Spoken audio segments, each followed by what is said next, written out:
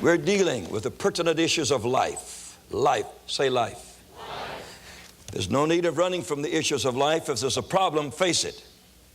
I've always done that, even as a child. If there was a problem, hit it. Don't run from it. If you got 3 problems, hit the hardest one first. The other 2 are easy after that. Don't hit the little one first. The big one might get you down. And so if you'll deal with the issues of life, there's victory in Jesus. The church needs to know how to cope with the issues of modern life, how you can bless humans and how you can lift them up and how you can bring them into a place of self-realization that God is real and that eternity is real and heaven is real. Can you say amen? Today's lesson, how to cope with disappointment. Disappointment is when you get the 2 ends about ready to meet and somebody moves the end. That's a disappointment. You didn't make the appointment. Somebody dislodged it. I have discovered it's not what happens to us in life. It's how we react to what happens to us in life. That is in relation to disappointment. What would make you disappointed would not make this one disappointed. Now, you got to know that. The whole world's not disappointed because you are. Ain't that a shame? You wish they were. You said, come on, everybody, let's get under the cloud. No, the sun's shining. Don't want to get under a cloud. And so what disappoints you doesn't disappoint others. If you realize that, it'll get a little smaller at that point. The same identical thing can happen, and one goes up and one goes down. So it is not what happens to you, it's your reactors inside of you that makes all the difference of what disappointment is all about. In our reading here in Luke 24 and 21, it says, we trusted that it had been He which should have redeemed Israel. And beside all this, today is the 3rd day since these things were done. Disappointment. This was religious disappointment. There's disappointment in business. Lots of it. How many found that out already? There's disappointment at ball games.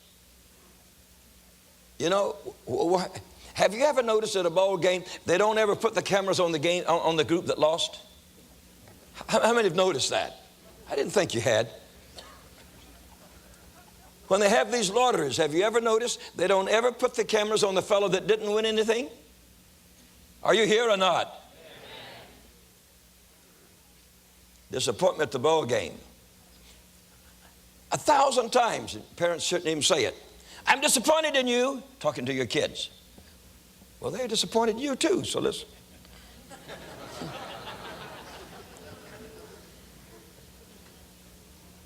A little boy was eating too fast. The father said, you're a little pig. The little boy looked up and grinned and says, you know what a little pig is? He said, what? He said, it's the son of a hog.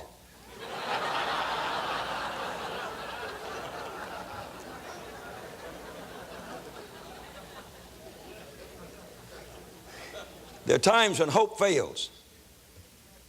Broken promises bring strong reactions inside of us. Aspirations become broken. The problem is some folks can't handle it.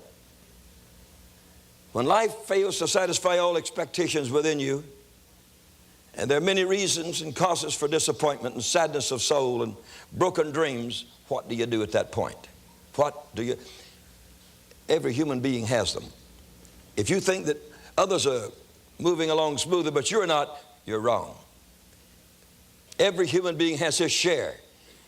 What we want to teach you is how do you handle disappointment. Your first point there says, what causes disappointment? Some are disappointed in love.